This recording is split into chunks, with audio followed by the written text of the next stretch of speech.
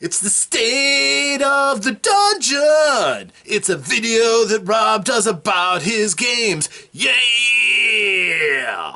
Hello, friends. I am Rob, and you are in my State of the Dungeon address. This was for the game that took place on the 28th of October in the year 2021. This was the Halloween game. A nice little potluck that we had. But also a time to draw together the very first horror experience, really, the opening gambit of the campaign of the Red Star Rising, The Darkest Dream.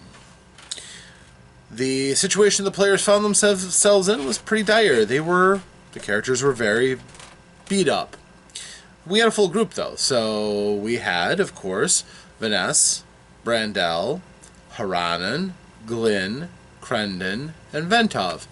And they were working pretty well together, although the Gamithians, the snaky lizard men that they were fighting, were proving to be fierce opponents. And the snakes that they hung around with, yeah, pretty nasty stuff. So the group was running low on spell power. They had all taken different measures of damage, but apparently Glyn had been doing a little research. He read the details on his Malachite Frog wondrous figurine and found out that the giant frog is actually the fun Hypnotoad variety. It doesn't fight for you, but it has a secretion on its skin, a sticky glop, that actually suffices as healing potion.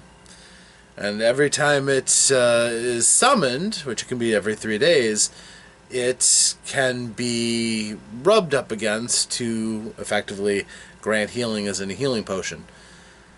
The group was in dire need of this, so he was trying to get it to work. You need to make an Arcana test to try to puzzle out the command words. This is not Glyn's forte, to say the least. But the group was pretty gung-ho to get going and to try to save Jovessa.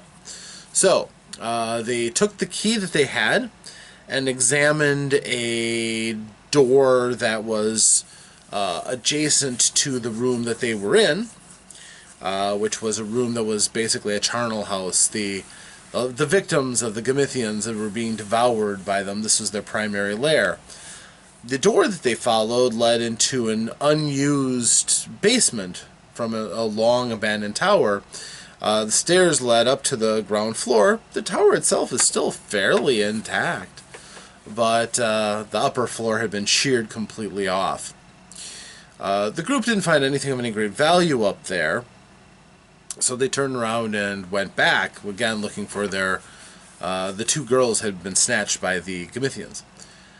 And this time they had a key. Now they could get into that room that had been locked, that had thwarted their efforts before. So they went to the door. They tried their key, and the door silently swung open. And the scene they saw chilled them to the core. They saw two Gamithians that were there, the green reptile men, who had a struggling goat between them. And they took the goat and they pitched it into open air, which revealed that it was not empty air, but a gooey cube. Name check. Yes, so one of the vaunted jellied cubes was in the room. And this one, which is something I've never really seen before, this one was somewhat intelligent. It has the ability to psychically communicate with people and share in its needs, wants, and if it's fortunate, crush somebody's will to its own and make them its slaves, as these two snake men were. So the party decided that one way of dealing with them would be to rush up and shove the two snake men into the gooey cube. This would, of course, either incapacitate or kill them, which then would free them up without much of a fight. But the best laid plans of dwarves and men often go astray, as neither of the two who rushed into the room first, which would be Ventov and Haranen, neither of them connected with their shots really all that well. So Ventov flat out missed, and Haranen smacked his, but didn't finish it, which started the fight in earnest.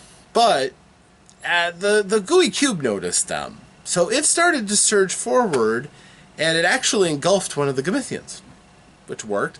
There was a tense moment when Ventov, who had fallen to the ground, head over tea kettle, from his attempt to throw the Snake Man into the Gooey Cube, rolled out of the way very nimbly to avoid himself getting wrapped into the thing.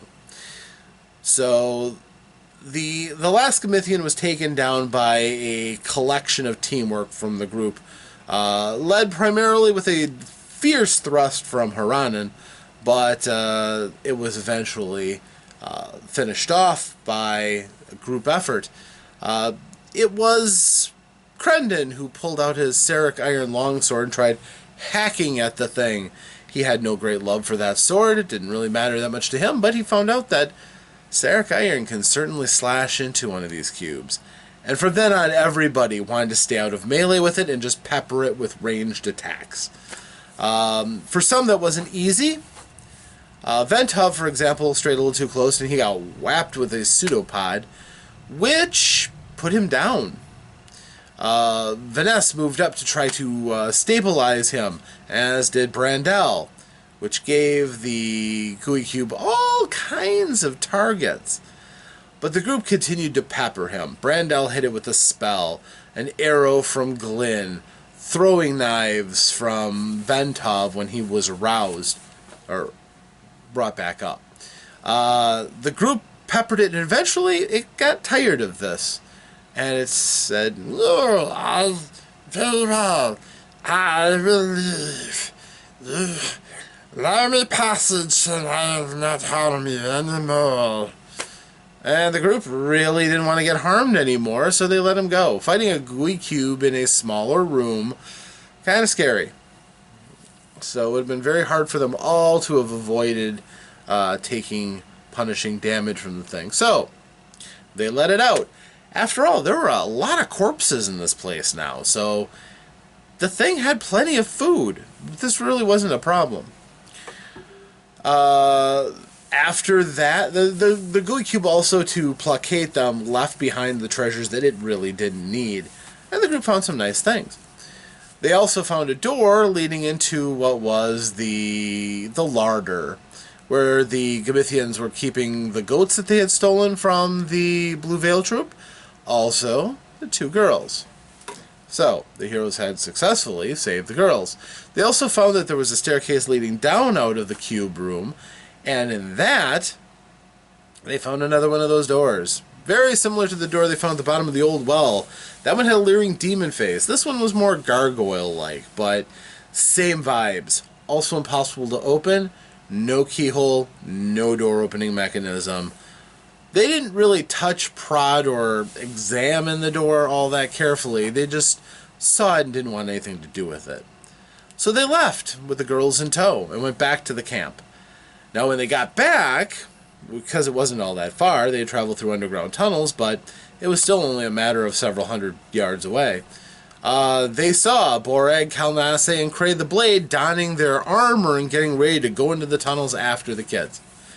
When they came out with the two girls in tow, they were the heroes. Everybody said very nice things about them. Borag and Kalnasse congratulated them. Cray looked impressed. That's as flattering as you can get, really. And all the rest of the Hanataz, hailed them as proper heroes. To the point where Borag and Kalnasse said, "You know what? You're off duty. You guys look beat. You've done your work. You've done more than enough tonight. You guys can rest. Let us close up the Carnival." So with a beautiful last fanfare of fireworks as the sun set, and the people filed out, all that was left open were the gambling tents, which take a long time to close, not until midnight or later. The group got to sit back and enjoy being around the other Hanataz. For as much as they'd spent out delving into dungeons in this desperate escape attempt or exploring the old well, they were used to being around their own people just as much, if not far more. So it was comforting to eat good food, like delicious stew. LARPing? Maybe not. And to talk to the others. Ventov wanted to know more about the witch queen that they heard whispers about when they got too close to the door. For some reason, Glyn heard the name Mulvana when the voices started up around the door. There's a lot of strange things going on, and the Ventov is convinced that the Witch Queen Mulvana is going to try to come back. In Old Stren, the storyteller, they found somebody who knew stories about the Witch Queen and also about the necromancer who lived in these parts, Vordrud, who was killed by a passing adventuring party. Well, all things considered, there's enough bad stuff going on around that the party is a little nervous. The fighting types wanted to go and get their dueling armor, their fine chainmail out, and keep it handy just in case something else happened. But for the most part, it looked like it was a good wrap. The carnival is pretty much over. Everyone's in a group. They have their Bonana, the elders are around. Mother Sylvenza came in with Brother Anton, and Brayan, and Cray, and Borag, and Kalnase, and Skizig, and Vestia, and the clown troupe. Everybody is there. And they're all eating together, and they're talking, and they heard a story about a misadventure that Mavea, the spell dancer, had when a pack of locals surprised her in the woods and would have done terrible things to her if Cray hadn't come and saved her, taking on 6 men at a time unflinchingly, although it wasn't he who actually slew the leader and finally freed Mavea. It actually was Brayan, the blind monk, the blind wind. And it was a story about how the elders are so puissant, they're so deadly when they need to be, despite the fact that they entertain all of these people. And also, as Ventov continued to push for details with Old Stren about Mulvana, the Witch Queen, they stopped and they heard the story about where the Hanataz came from as he was entertaining the Unstas, trying to get them to rest, to sleep. So, a couple of fine stories that are in the GM's Handbook of the Gooey Cube adventure, The Darkest Dream, which I got to relate for them by Old Stren, which was very, very touching, certainly.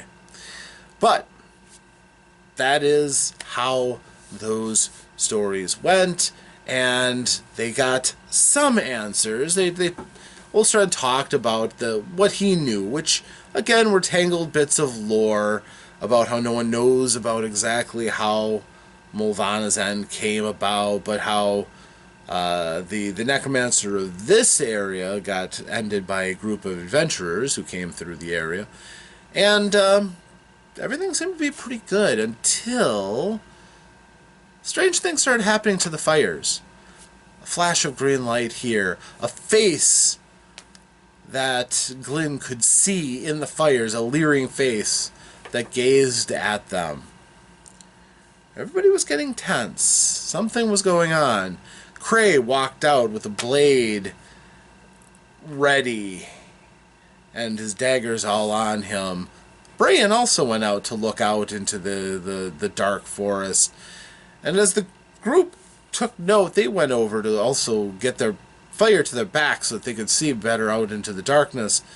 And Glyn eventually at one point saw the dark, hooded figure that seemed to be the necromancer that he had seen before in the Old Well complex. It was all getting very, very suspicious. Then, the elder mother, the seer of the group, said that she saw something and she crumpled to the ground at the same time as Haranen did. Both of them falling to the ground. Anton and Bran moving over to Mother Sylvensa. And Vesey, adorable little girl, Faye touched, who sees things and she hears things. She came up and she immediately started pleading with them, "Stop! The bad thing is coming! Stop the bad thing!" And then the fires flared as the wind whipped them, and then out. Everything was darkness. And they could hear Vesey's voice say, "It's here," as she stared up into the darkness. The group looks up into the darkness, and the darkest dream comes to an end. It's quite the cliffhanger. But it's not the end. For this group, they will keep the memory of these characters, and they will continue on into the next adventure, The Foulest of Spirits, after a short interlude as we play a nice round of paranoia to kind of break up things a little bit. But yes, we will get into The Foulest of Spirits, and they will get to bring forth Vanessa, Brandel, Haranen, Glyn, Crendon, and Ventov into the next segment of this adventure. And I hope you're looking forward to it as much as they are. So, it's a little hard to say to let it go. It was quite the adventure. It certainly is one of the most, as much as they preach it, it's true. It is one of the most immersive adventures I've ever run, with all of the things that made it very easy to do. I'm a huge fan, in many ways, of Gooey Cube's products, and The Darkest Dream was excellent, and everybody in the party would agree with this. So, thank you for joining me.